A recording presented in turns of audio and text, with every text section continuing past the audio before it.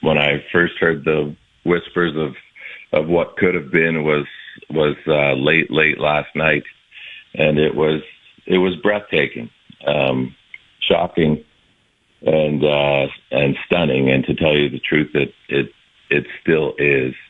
It's hard to believe because like you said, I did cover him for several years, and it's funny how you have memories of somebody, and your memories kind of are stuck in one place. I guess what I'm trying to get at is, you guys probably know, if you see someone or a nephew or a niece or a family member, and you remember them as we'll say 10-year-old, and then you see them 10 years later, and you cannot believe how they have matured and grown. Mm-hmm. I remember seeing Johnny Gaudreau come into Flames development camp and not believing that he was old enough to be there. Just simply not believing that this kid was supposed to be on the ice with these other much more mature-looking young players, but he looked like he was 15, if he was lucky.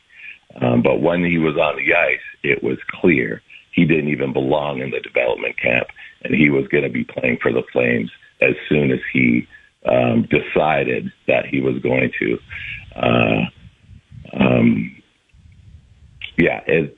This is a huge loss to the hockey community, a huge loss for the NHL. I think about the Flames family. They are devastated from those who I've been able to get a hold of. Keep them in your prayers. Obviously, keep the Columbus Blue Jackets. It's just shocking news. And, of course, the Gaudreau family, I cannot imagine. Yeah, no doubt about it, Jermain. I mean, this was supposed to be the happiest of occasions. Johnny and Matthew's sister, Katie, her wedding was scheduled for today. That's why the family had gathered near Philadelphia in their home stomping grounds to get together and celebrate, and it turns into a tragedy. Jermain, when you think about Johnny and his legacy, I mean, you saw him, as you said, you saw him when he first showed up on the NHL radar, this Johnny hockey out of Boston College, a Hobey Baker Trophy winner as the top player in the NCAA.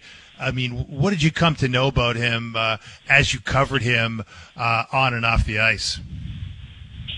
What I learned about Johnny, I guess personally, I won't say we were close, but what I learned about him is how important family was to him. He was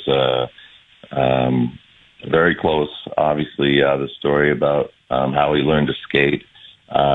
His dad managed an arena out in the New Jersey area, and he was on the ice all the time with his dad and his brother, and he learned to skate by chasing Skittles around the ice as a young toddler, which is fitting when you think about the childlike joy that he brought to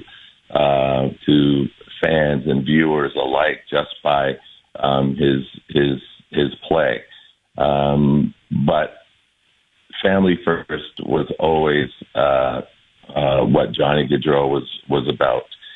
In terms of the off season, he'd always spend it back home with his family. The reason why, from what I understand, the main reason why he decided to move on from the Flames was to be back close to family. He chose to be in Columbus, and I think a big reason was because it was easier to get back to that Philadelphia/New Jersey area whenever possible, not just for him, but for his wife or his soon-to-be wife at the time when he decided to sign with Columbus. So that's basically what I can tell you, what I knew about Johnny personally. And I do know that he loved he loved to have a good time. He was a fun guy with a good sense of humor. There wasn't a ton of people, I would say, in his inner circle from the outside. But for those guys who knew him well and had that personal relationship, nothing but good things to say about Johnny Gaudreau.